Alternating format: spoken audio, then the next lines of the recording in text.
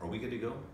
So are we live now? Yes, sir. I was doing a sound check and somebody hit the live button, man. There we go. We're on. There we go. We're on it, right? All right, guys. So I'm back with Chip Live. Today I have an awesome, super special guest. I have the one and only Mr. Ed Morrell of Eagle Aviation Services.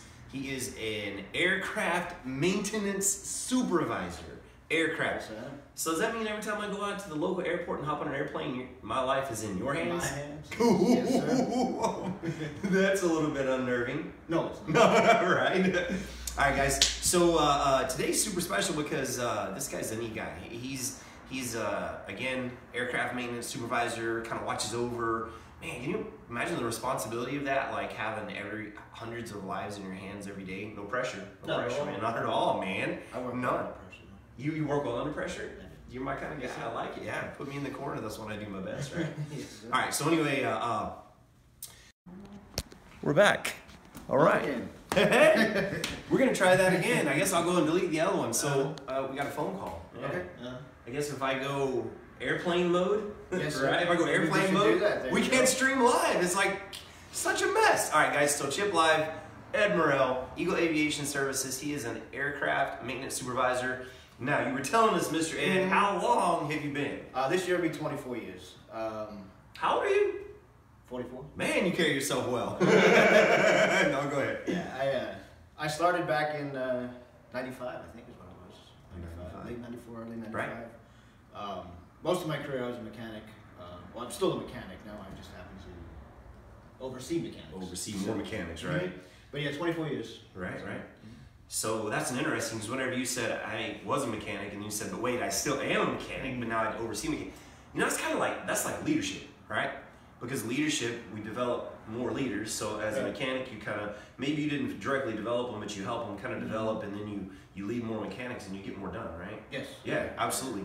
All right, guys, so 24 years. So what, if anything, in your industry has been challenging for you? The industry in itself is always changing. Technology is always changing, and that's the biggest thing, is keeping up with technology. We do a lot of recurrent training. Most of it today now is computer-based. Right. It used to be classroom-based, so we'd have to take time off a week at a time and go for training, and that was several times a year. And what made that difficult too was, prior to the computer-based training, it took you away from your family a lot. Right. Like I spent a lot of time in Arizona, in different states in training. Right. And sometimes during important times in my life, and I missed out on a lot. I'm getting the sensation this is one of those oxymoronic things, like, you know, jumbo shrimp. Like, you know, there's no such thing as, you know what I mean? Yeah, Like, you think of a shrimp as small, but then there's the jumbo shrimp, right? That's right. Well, you know, you were saying one of the biggest challenges is technology. And pre-technology, it was traveling, being away from the family. But now technology, in a way, has made it better because you don't have to leave your family as much. It has, yeah. But the challenge is you probably have to train as much or more because technology moves so fast, We right? do. Yeah. Oh, wow. That's what a dynamic, right? Yeah, today's airplanes are just basically flying computers. Flying computers. To keep up with that technology is a lot of training. Hope you got some good antivirus on the Yeah, next we do. computer I get on. Okay, so the challenges are technology and moving forward. So what is it that you love? You know, is there anything you love about what you do? What stands out to you? I do. Every day something's different. The environment I work in, I don't work in, we have two different types of maintenance that goes on where I work. We have a heavy check line, which is basically, it's repetitive, it's tear down, break, you know. Right. But I work the line environment. So Right. every day is something different. You know, I could be one day changing engines, next day fixing a coffee pot. You know, every day is literally something different. From working on a jet engine to fixing the coffee pot. Nice. So it's every day something different. Every day. So that's why I enjoy it. That's cool. You know, it's funny. I was listening to something about you know, there's these mindsets that we work with that I got from a mentor. One of them is, we're the friendliest place in town. And he was talking about going into a place where there was a guy that wasn't overly friendly, but the guy's job, just like 8 hours a day every day, was the same. It was just checking people in, checking people. And he said, you know, the guy did okay, but it was like not friendly. And he said, man, but I can only imagine. So it's cool because you're like, you know, one of the things you love is everyday things kind of shift. Yeah, it changes. It's like a new challenge every day, right? Yeah. Even within the day, there's a challenge. You know, I'll have a knock on my door. Hey, something's wrong with this. What do I need to do? So I get up and I gotta go figure that out. Go figure out the next. And it's like a puzzle every day, right? It really is. That's awesome. Well, that's got to be kind of fun. It All is. right, so you're a busy guy. What kind of shift do you work? Do you work? I work nights. I work 12-hour shifts, 7 days on, 7 days off. So my days on are quite full. Oh man! And then my days off are full as well, playing catch up. Catch up from the 7 days that you missed of life, right? So, yeah. That's crazy. So it's a busy schedule. So you work nights, so I guess you just sleep all day and. About 5 or 6 hours during the day. 5 or 6. If I'm lucky. Right.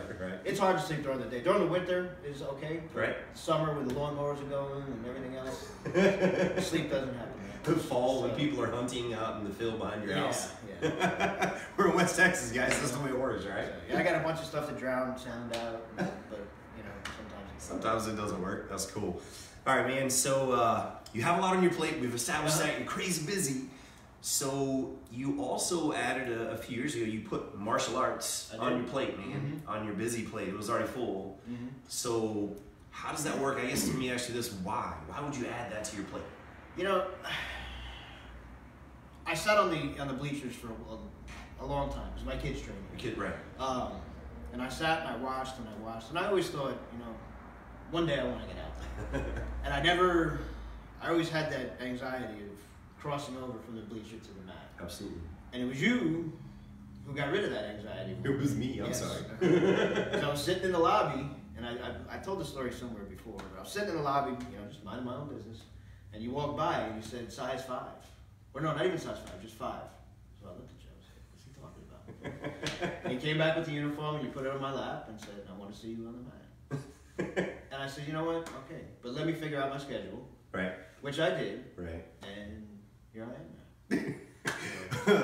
All right. Nothing like some peer pressure to get you on the mat, right? Okay, so I wanna dissect that just a touch. Okay, are you cool with that? Yeah. So you said you had some anxiety about the mat, and the reason I want to digest that is because you're a confident man, you're very successful, you work hard, you have a great career. To some people listening, that might be. It's no different than when if I go sit, I don't know, maybe in the dental office, I have anxiety about, I gotta go in there, but people look at me and go, oh, you're 6'3" and 230 pounds, what are you afraid of? Well, it's not that I'm afraid, it's just, so talk just a tiny bit about what is that anxiety, what does that mean? Well, what it was, back to my job, I've been doing it for 24 years, I'm good at it. Right. And I'm very confident in what I do. I sat there and I thought, well, what if I can't do this right? What if I can't do that right? What if I can't do this right? Who's going to call me out? And, just all these things going on. And until that first day when I stepped on and I realized, it took literally less than 30 seconds to realize that all that was gone. It's going to be okay. Yeah. That is cool. And it was like that. I realized, what was I worried about this whole time? Right. I don't know, that's worth the whole video right there. It's just like a golden nugget because I think everybody has that fear. It's also interesting because if you're listening to this video and you're a martial arts school owner, you're an instructor, I want to make kind of a point, if it's okay here, about this, because what happened was his 2 children who are assistant instructors now and double team members and black belts and amazing kids were on the mat training every day. And he was one of the dads that was here always watching, always supportive, always engaged, amazing family dynamic. And so, you would see him kind of lean forward and lean towards the mat. He had that body posture of, he wants to be out there. And so as a school owner and even a business person, I saw that and I said, man, what can I do to help him just to take the step? And just encouraging you sometimes maybe wasn't working. So what I did is I said, you know what? I'm willing to give a uniform away to create a lifetime relationship and a lifetime student and friend. And so it was worth it to me just to give you a uniform and say, let's go, right? Best gift I ever had. Well, I appreciate that. But anyway, I think that's just another good lesson for us. So you've put martial arts on the plate. Do you have any favorite parts? I don't want to say all of it because, I do want to say all of it, but to narrow it down, I really enjoy one-steps. That's one of my favorite. Self-defense is right. Yeah. And mountain guard and stuff like that. Awesome. But I do enjoy all of it. But Absolutely. Specifically, I do enjoy the self-defense aspect of it. How long have you been training now? Just about 3 years now. About 3? Good. About 3 years. And so it's the stuff that you enjoy, I guess, that kind of keeps you coming back to the mat. So my next question is there anything around that you would want to share with anybody? So in other words, let me put it this way. Let's say there was someone similar to you, 40-ish years old, that's a professional, that's thinking about fitness, whatever, they're kind of on the fence. What would you say to them what would you say to encourage them? You know, Don't waste any more time. Just get out there and do it now. Because my biggest regret, in all honesty, was not starting sooner. Right. You know, I sat there for those couple of years, and those were a couple of years I could have been training. Right.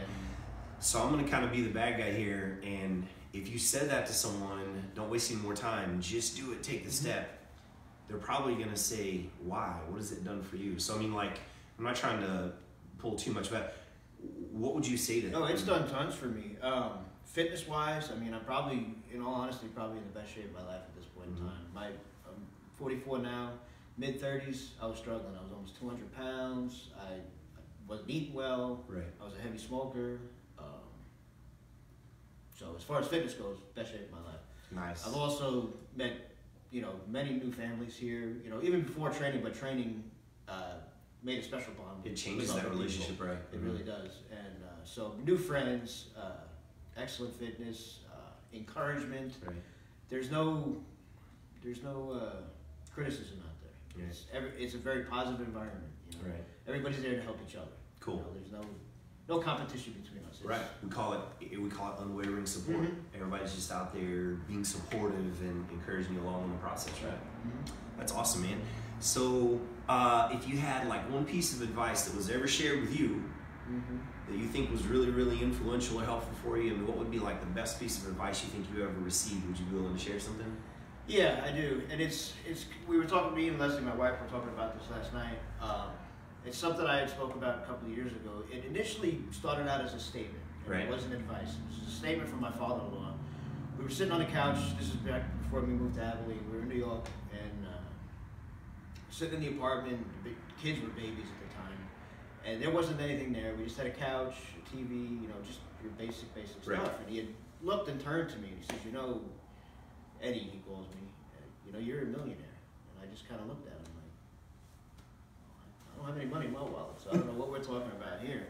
And he started to go on to, you know, just because everything you know, you might not have all the money, the cars, and all this other stuff, but, you know, you have two babies in the back sleeping, you have your wife on the couch across from you sleeping, your whole family here, you know, that's what matters. Right. And I don't even have to switch my mindset to think about it. Anytime something negative in that sense comes up, it automatically pops in my head. Right. And I remember that day, and it changes my mindset right away. Wow. So it's not something That's I have powerful. to actively say, "Oh man, do you remember what he said that night?" It just happens. It just comes up, right? So, That is so powerful. What a gift, and what a truth. What a powerful truth, man. it is. You know, it's like it's similar to health. You can have all the money in the world, but if you don't have your health, you're not really wealthy. So it's kind of that same concept. So that's really, really powerful. Books. Would you recommend a book? You know, anybody? I do. And in all honesty, I didn't do much outside reading in my life. I did most of industry type reading and stuff like that. Absolutely. A friend of mine here had given me a book, Mr. Cody Corey, Right. called On Combat. Right. And it has to deal with the physiological and psychological effects during war. Right. And how you can train yourself to calm yourself down. And Right. help you. It basically helps within your training here. Absolutely. I see. And that was the reason he had given it to me. Absolutely. So It's been helpful. it has been, and Yeah. especially What was the name of the book again? On Combat. On Combat. Okay, On Combat. The author skipped. I don't remember That's okay. right now the name of the author. No worries.